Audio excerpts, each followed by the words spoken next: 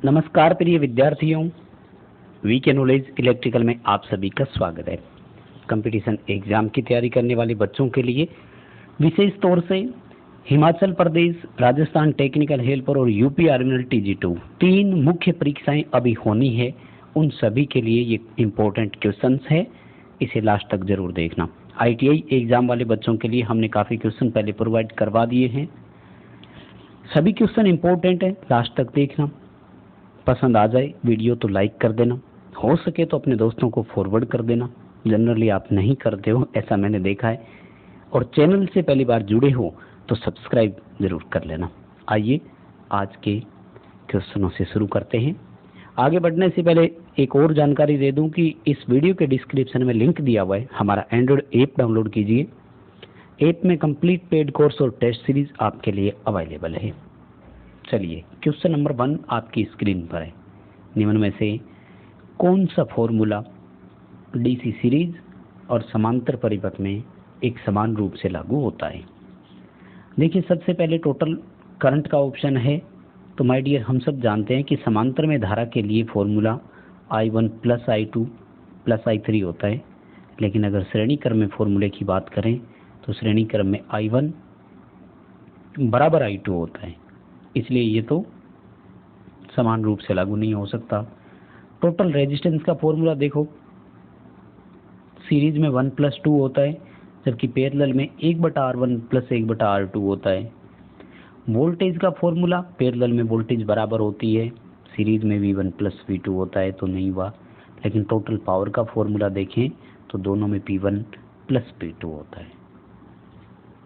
जो वास्तविक शक्ति कंजप्शन होता है वो दोनों में टोटल ही किया जाता है, दोनों में कंबाइंड योग किया जाता है। इसलिए हमारा इस क्वेश्चन का आंसर जो है वो डी होगा। टोटल पावर का जो फॉर्मूला है वो दोनों में एक समान रूप से लागू होता है। काफ़ी अच्छा क्वेश्चन है, इम्पोर्टेंट है, कंपटीशन एग्जाम की दृष्टि से एग्जाम में आ भी सकता है। देखिए, अगला सवाल आपके सामने है। क्वेश्चन कह रहा है कि डीसी मोटर में बैक ईएमएफ जो है वो गति के साथ कैसे निर्भर करता है। बहुत सिंपल क्वेश्चन है, मुझे लगता है आसान सा ही आ गया। डीसी मोटर का बैक ईएमएफ गति के समानुपाती होता है, ये ऑप्शन हो जाएगा। इसीलिए हम सब बोलते आए हैं कि स्टार्टिंग के समय डीसी मोटर में बैक ईएमएफ का मान 0 होता है। बैक ईएमएफ करता क्या होगा, अगर इसके बारे में हम देखें तो बैक ईएमएफ हमेशा सप्लाई वोल्टेज का विरोध करता है या विपरीत दिशा में काम करता है। लेकिन ये कोई काम नहीं हुआ ना, ये तो इसकी प्रकृति है। बैक ईएमएफ की नेचर है कि वो सप्लाई वोल्टेज का विरोध करता है। लेकिन बैक ईएमएफ का काम क्या है?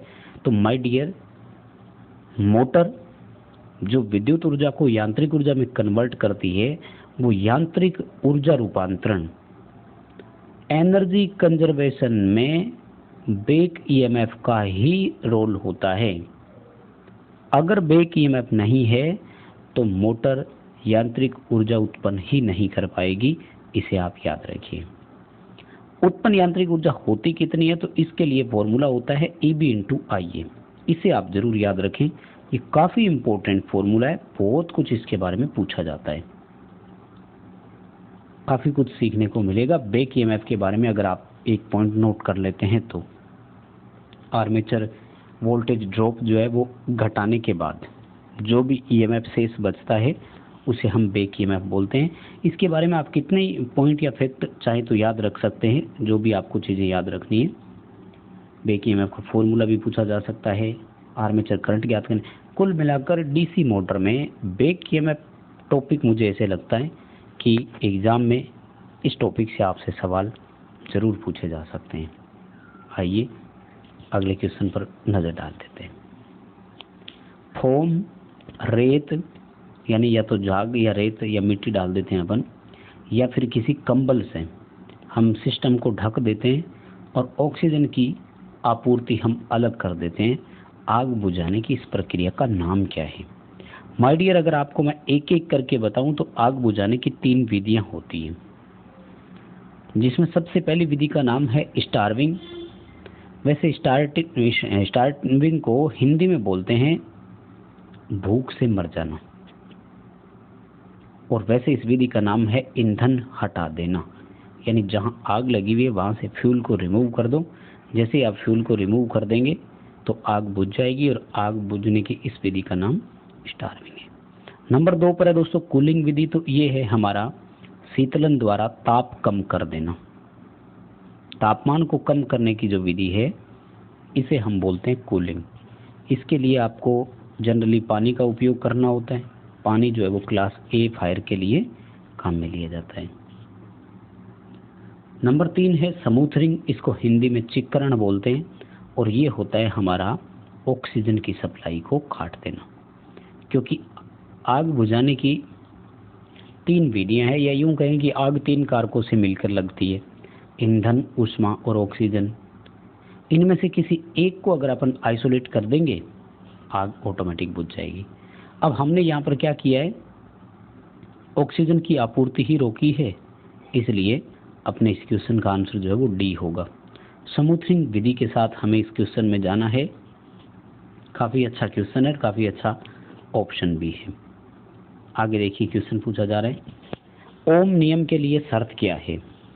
माय डियर, ये क्वेश्चन काफ़ी अच्छा है और कंपटीशन एग्जाम में आ चुका है। हालांकि एग्जाम में इसका आंसर गलत माना गया था, शायद last time Rajasthan technical helper का था या यूपीपीसीएल TG2 का कोई क्वेश्चन है, मुझे याद नहीं आ रहा किस पेपर में, लेकिन गलत आंसर दिया हुआ था, इतना कन्फर्म है। देखो ओम ने जो बात कही थी ना, वो ये कही थी, सबसे पहली लाइन शुरू यहीं से होती है कि नियत तापमान और भौतिक परिस्थितियों में उत्पन्न विभवांतर धारा के समानुपाती होता है। यानी इसने ये कहा था कि जो फिजिकल कंडीशंस है आपको एज इट इज रखनी है। जैसे सर्दियों का मौसम है तो आपको सर्दियों में ठीक ठाक है, ऐसे नहीं कि आप हीटर लगा करके सिस्टम को नॉर्मल कर ले रहे हो। गर्मियाँ है तो गर्मी का मौसम ठीक है, ऐसे नहीं कि आप AC चला के उसको ठंडा कर ले रहे हो। ये यहाँ इस कंडीशन में ओम का नियम उसने कहा था हो सकता है फेल हो जाए। तो टेम्परेचर कांस्टेंट रहना चाहिए। तो क्या होता है मैं बताता हूँ। बहुत सारे बच्चों का ध्यान यहाँ आ रहा होगा कि रेजिस्टेंस कांस्टेंट रहता होगा, नहीं। उसने ये कहा कि यदि तापमान नियत रहेगा तो एक बंद परिपथ में वोल्टेज और धारा का अनुपात स्थिर रहेगा। उसने ये कभी नहीं कहा कि प्रतिरोध कांस्टेंट रहेगा क्या, उसने ये कहा कि वोल्टेज और धारा का अनुपात नियत रहेगा। यानी उसने ये भी कहा कि अगर किसी अनुपात में वोल्टेज बढ़ जाएगा तो उसी अनुपात में करंट भी बढ़ जाएगा, लेकिन दोनों का जो भाग करने से उत्तर आएगा ना, वो हर बार आपका उतना ही आएगा। जैसे एग्जाम्पल के तौर पर उसने ये कहा कि 10 वोल्ट पर अगर 5 एम्पियर चल रहा है और आपने अगर इस वोल्टेज को बढ़ा करके 20 एम्पियर कर दिया तो ये कन्फर्म है कि 5 एम्पियर भी बढ़ करके 10 एम्पियर हो जाएगा। और आप देखिए ये दोनों मामलों में उत्तर बराबर आ रहा है। हाँ, उसने ये जरूर कहा था बाद में कि ये जो स्थिर मान आ रहा है ना, यही उस परिपथ का प्रतिरोध कहलाता है। इसलिए ओम ने ये कहा था कि यदि तापमान नियत हो तो बंद परिपथ में वोल्टेज और धारा का अनुपात हमेशा नियत रहता है, यानी ऐसे परिपथों का प्रतिरोध हमेशा नियत रहता है। यानी प्रतिरोध तो खुद तापमान पर टिका हुआ है कि अगर टेम्परेचर कांस्टेंट रहेगा तो ये अनुपात कांस्टेंट रहेगा। कुल मिलाकर के बात ये बताना चाह रहा हूँ कि आपको डी उत्तर के साथ जाना है। समझ गए होंगे कि तापमान नियत रहना चाहिए तो ओम का नियम जो है वो लागू हो जाएगा आराम से। आइए अगला क्वेश्चन क्या कह रहा है देख लेते हैं। Capacitor start capacitor run motor का स्टार्टिंग टॉर्क कितना होता है। बड़ी कन्फ्यूजन है, सीक्वेंस से घटते हुए आज आपको तीनों चीज़ें बता देता हूँ। दोस्तों मैं नंबर 1 पर रखता हूँ हमेशा यूनिवर्सल मोटर को, ध्यान दीजिएगा, क्योंकि अगर ऑफिशियल डाटा की मैं बात करूं तो निम्मी की बुक में अपन को इसका ऑफिशियल डाटा मिल जाता है। 450% टॉर्क माना जाता है इसका। माय डियर, नंबर 2 पर मैं रखता हूं रिपल्सन मोटर को, और रिपल्सन मोटर का भी लगभग 400 से 450 दिया हुआ है, तो अपन एक बार 400 ही मान लेते हैं। नंबर 2 पर आ गई। नंबर 3 पर दोस्तों मैं इसको रखता हूं डबल कैपेसिटर मोटर को, साथ ही मैं कैपेसिटर स्टार्ट मोटर को भी यहीं रखता हूं, और इन दोनों का 300% है। कितने प्रतिशत है? 300% है। तो यहाँ आपको डी ऑप्शन के साथ जाना है, 300% ऑफ फुल लोड टॉर्क। और अगर इस 300 वाले ऑप्शन के हिसाब से आप नहीं देख रहे हैं तो आपको एक और बता दूं मैं, कई बार वो 3 गुना दे देता है, तो भी कोई ज़्यादा घबराने की बात नहीं है, आपको उत्तर का ध्यान रखना है। अभी डी उत्तर है। अगर परमानेंट कैपेसिटर मोटर का कभी आपसे कोई पूछे ना तो ध्यान रखना फुल लोड का 50% बताया जाता है हमेशा इसका उत्तर, या टॉर्क जो भी है। ठीक है, डी उत्तर के साथ जाएंगे अभी फिलहाल तो। चलिए अगले क्वेश्चन पर आ जाते हैं दोस्तों। FET किस प्रकार की होती है? माय डियर, पूरा नाम होता है फील्ड इफेक्ट ट्रांजिस्टर, यानी ऐसा ट्रांजिस्टर है जो इलेक्ट्रोस्टैटिक फील्ड पर आधारित है। यूनिपोलर डिवाइस मानते हैं इसको अपन, यानी एकल ध्रुवीय यूनिट है। और धारा का प्रवाह केवल मेजॉरिटी कैरियर के कारण होता है, यानी या तो ये होल के कारण प्रवाहित होती है या मुक्त इलेक्ट्रॉन के कारण प्रवाहित होती है। यूनिपोलर का मतलब है एकल ध्रुवता के कारण धारा का चालन होता है, या तो होल या मुक्त इलेक्ट्रॉन, दोनों का मिलन करने के बाद में नहीं होता। ठीक है। वोल्टेज कंट्रोल डिवाइस मानते हैं, इसको ध्यान रखना। इनपुट इम्पीडेंस वेरी हाई होता है बीजेटी से तुलना करने पर। 4-5 बातें याद रखना है ना। यूनिपोलर डिवाइस है, वोल्टेज कंट्रोल डिवाइस है, मेजॉरिटी कैरियर वाहक होती है, इनपुट इम्पीडेंस हाई है, 3 टर्मिनल होते हैं, गेट, ड्रेन और सोर्स। ठीक है, आई थिंक 4-5 चीज़ें आप इसमें से सीख चुके हैं। ठीक है, अभी तो आपको ए उत्तर के साथ ही जाना है इसमें। चलिए अगला सवाल देखिए। सीरीज में उच्च प्रतिरोध के साथ एक गैल्वेनोमीटर क्या है? देखो, अगर किसी भी मीटर की कॉइल के साथ श्रेणी क्रम में उच्च मान का प्रतिरोधक जोड़ेंगे तो इसे हिंदी में बोलते हैं वर्धक, इंग्लिश में बोलते हैं मल्टीप्लायर। मल्टीप्लायर जब लगता है तो वो वोल्ट मीटर कहलाता है। समांतर में निम्न मान के प्रतिरोध के साथ अगर गैल्वेनोमीटर होता, ऐसी परिस्थिति में हम उसे एक एमीटर बोलते हैं, एम्पीयर मीटर का रूप उसे दिया जा सकता है। फिलहाल के लिए आपको इसका भी उत्तर करना है। वोल्ट मीटर आपका सही आंसर यहाँ रहेगा।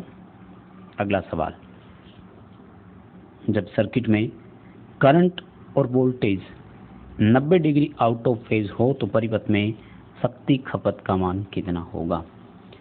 दोस्तों, फेज अंतर की बात हो रही है।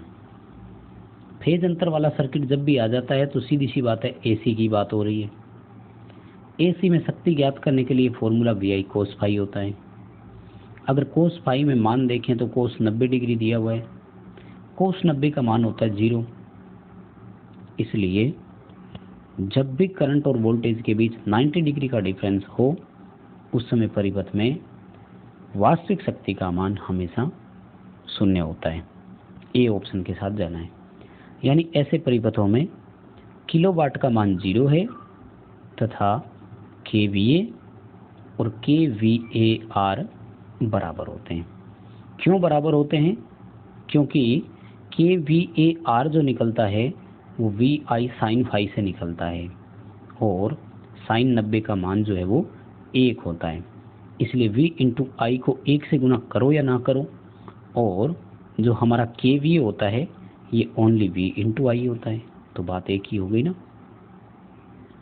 कुल मिलाकर के याद रखिएगा इन चीज़ों को। हाँ, एक और बता दूं, 90 डिग्री का फेज अंतर किस सर्किट में पाया जाता होगा? 2 सर्किट होते हैं ऐसे, जिनमें से एक को बोलते हैं शुद्ध इंडक्टिव और एक को बोलते हैं शुद्ध कैपेसिटिव। ये बेसिक चीज़ें हैं। कंपटीशन एग्ज़ाम की अगर आप तैयारी कर रहे हो तो ये चीज़ें तो आपको कवर करनी बहुत ज़रूरी है दोस्तों। काफ़ी कुछ सिखाएगी ये चीज़ें आपको, इतनी ज़रूरी है कि हर दिन कुछ न कुछ इनमें से आपको सामने आता रहेगा।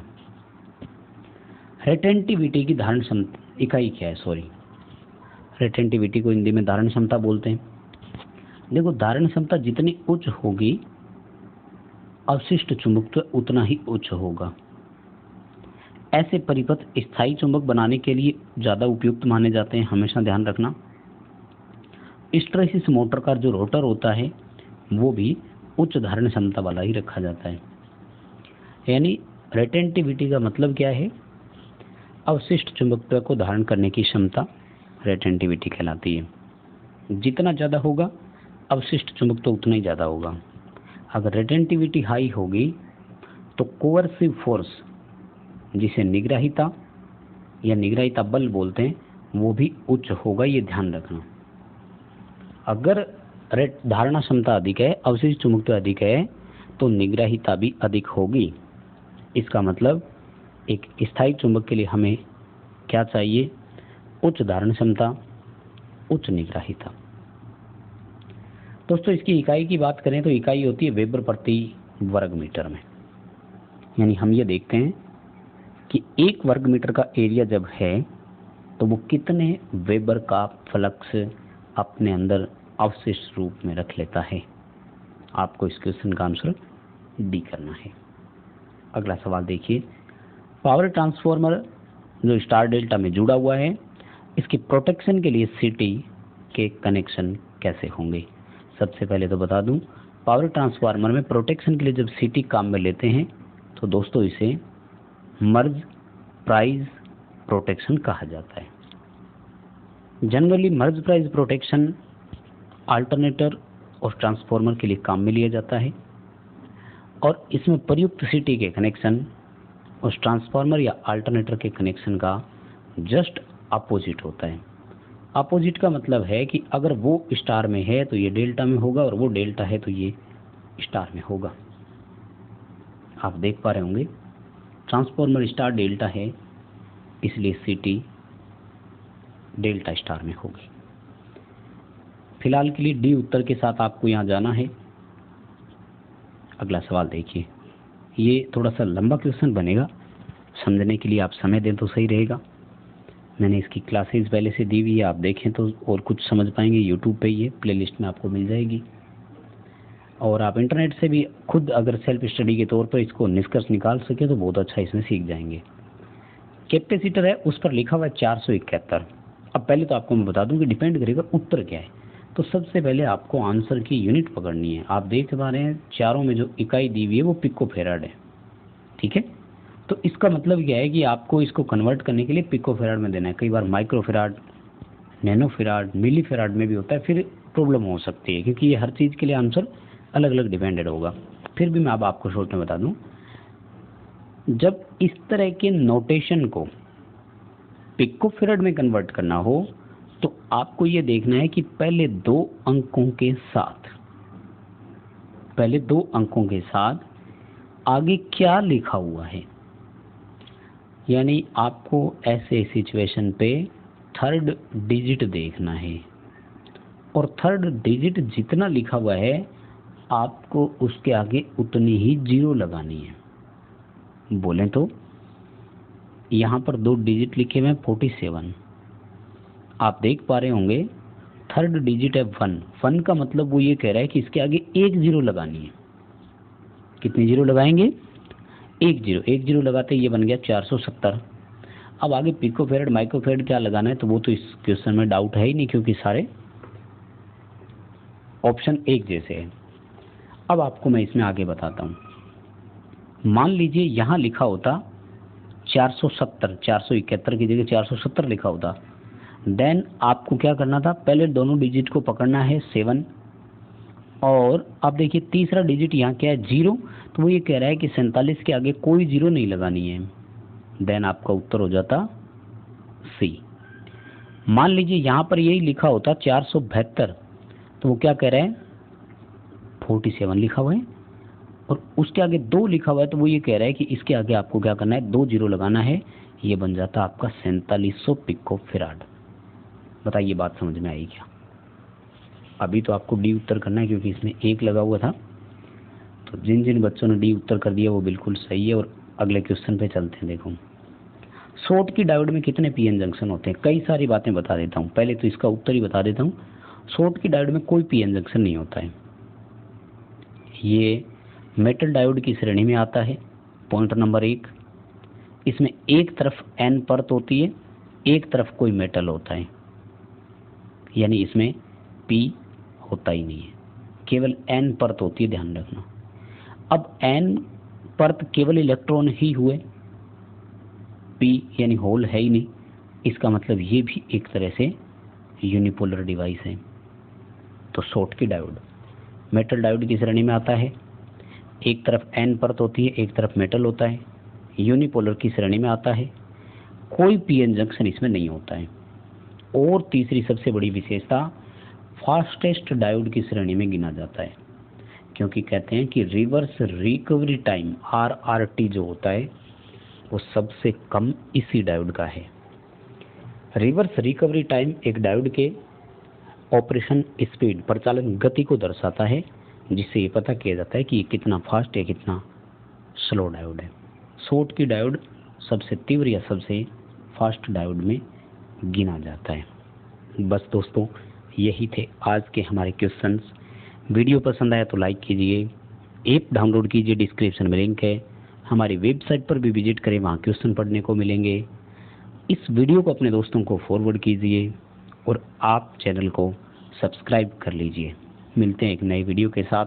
जितना अच्छा रिस्पॉन्स रहेगा, जल्द ही नया वीडियो फिर देंगे।